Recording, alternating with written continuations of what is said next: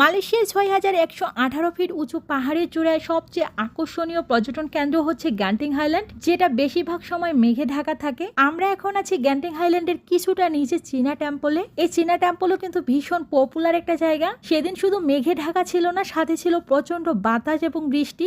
আমি এর আগে গ্যান্টিং হাইল্যান্ড অনেকবার এসেছিলাম, বাট এরকম ওয়েদার দেখিনি। কখনো শুধু কুয়াশা ছিল, কখনো কুয়াশা রোদ দুটোই ছিল। আর এবার যেটা দেখলাম, সাথে ছিল প্রচন্ড বৃষ্টি এবং বাতাস। কেবল কারে করে গ্যান্টিং হাইল্যান্ডের উপরে যাওয়ার বা আসার সময় কেবল কার এই টেম্পলের এখানে একটা ব্রেক দেয়। এতে করে এক্সট্রা টিকিট লাগে না। এক টিকিটে যাওয়া বা আসার সময় নেমে এখানে ঘুরতে পারবেন, আবার সেই টিকিটটা দিয়ে উপরে যেতে পারবেন কিংবা নামতে পারবেন। নতুন করে আর কোনো টিকিট লাগবে না।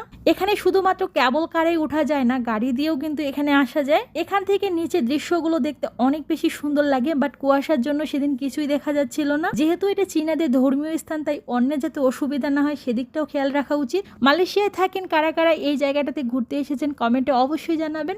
সবাই ভালো থাকবেন, সুস্থ থাকবেন। আল্লাহ হাফেজ।